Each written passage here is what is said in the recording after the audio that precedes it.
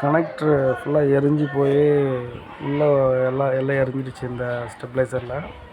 இது வந்து ஒரு டபுள் பூஸ்டர் ஸ்டெப்லைசரு. ஃபுல்லாக ஷார்ட் ஆகி உள்ள வரைக்குமே ஒயர் எரிஞ்சிருக்கு. ஷார்ட் ஆகி அந்த ஒயரில் கட் பண்ணியாச்சு. கட் பண்ணி பழைய கனெக்டரை ரிமூவ் பண்ணிட்டோம். இந்த எவரெஸ்ட்டு ஸ்டெப்லைசர் டபுள் பூஸ்டர் ஃபுல்லாக க்ளீன் பண்ணிக்கலாம்.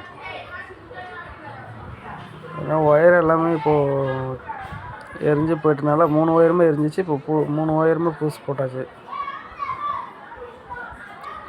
உள்ளுக்குள்ளே போர்ட்லேருந்தே சால்ட்ரிங் பண்ணி எடுத்துகிட்டு வந்திருக்கோம் புது ஒயர் போட்டு.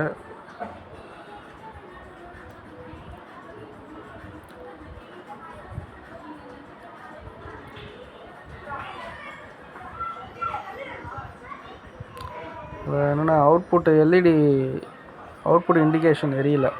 அது அந்த எல்இடி போயிடுச்சு. அந்த எல்இடி சேஞ்ச் பண்ணிடலாம்.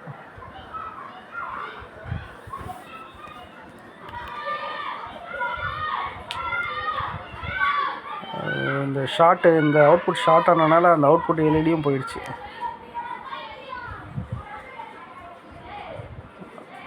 பவர் அவுட்புட் ஆன் பண்ணோன்னா அந்த எல்இடி எரியலை. அதனால் அது வேறு ரீப்ளேஸ் பண்ணிடலாம். பண்ணியாச்சு. டிஸ்பிளே இண்டிகேட்டரை ரெடி பண்ணியாச்சு. டைப் பண்ணிடலாம். டைப் பண்ணி க்ளோஸ் பண்ணிட்டு ஆன் பண்ணி பார்க்கலாம். ஆன் ஆகிடுச்சு.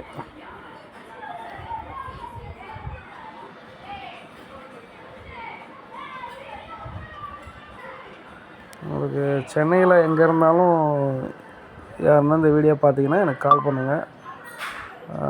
டோர் ஸ்டெப் சர்வீஸ் பண்ணலாம்.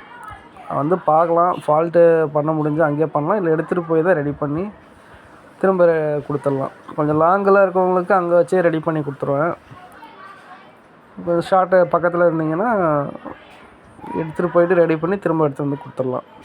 ஃபால்ட்டை பொறுத்து, டிஸ்டன்ஸை பொறுத்து. சென்னையில் எங்கே வேணால் பண்ணலாம். எங்கே இருந்தாலும் கால் பண்ணுங்கள்.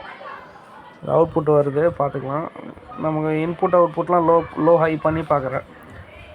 நம்மக்கிட்ட அந்த இன்புட்டே லோ ஹை பண்ணி பார்க்குற எக்யூப்மெண்ட்லாம் இருக்குது. அதை வச்சு செக் பண்ணுவோம். கரெக்டாக அந்த கட் ஆஃப்